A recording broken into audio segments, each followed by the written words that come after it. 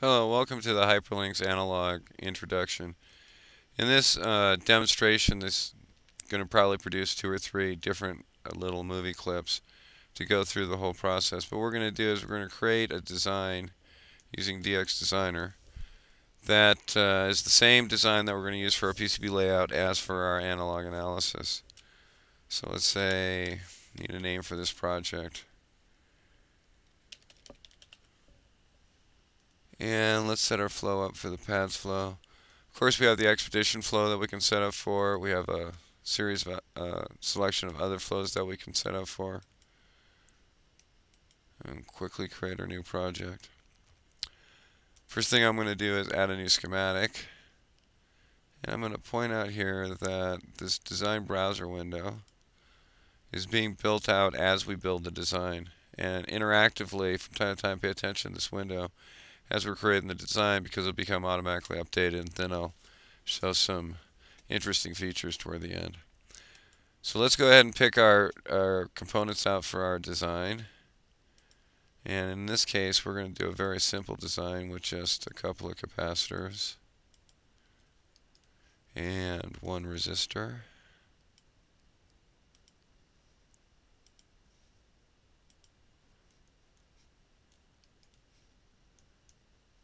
Get some screen real estate back.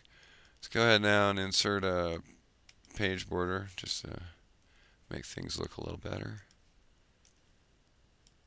Zoom in. Now I'm going to pick this part, Control-Shift-R, rotate it, drag it on over. Again, Control-Shift-R, rotate that capacitor around, bring it in. Let's go ahead and add a ground symbol. And now let's wire it up. So, click, drag, drop, click, drag, drop.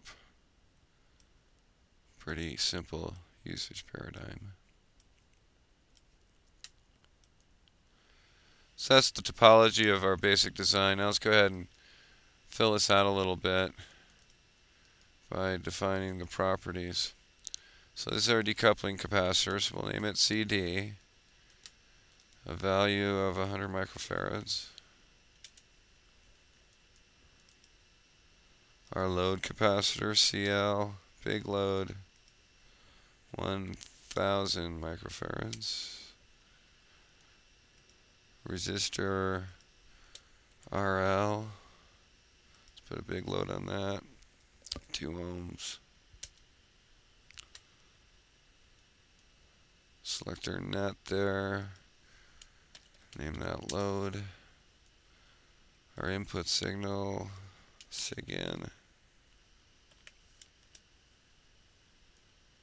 Now let's get that screen real estate back. Okay, so as I mentioned earlier, as we were actually going through and modifying, creating this design, the design browser updated automatically. And it can be used for bidirectional selection. Okay, since I'm a perfectionist, I'm going to clean this up a little bit. Control-Shift-R works on property text as well.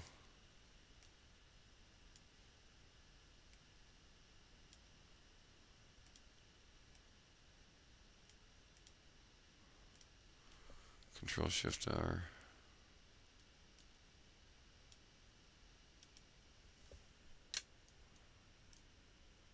So that's really our complete design that we've now set up using DX Designer. I don't know if I mentioned it at the beginning, but when I invoked this, I actually invoked HyperLynx Analog. HyperLynx Analog then brings up DX Designer with additional licensing features enabled, which gives you access to the simulation toolbar and some other capabilities that we'll go through in the next couple of presentations. All right, thank you for your time. Hopefully you'll stay tuned for when we set this design up and simulate it.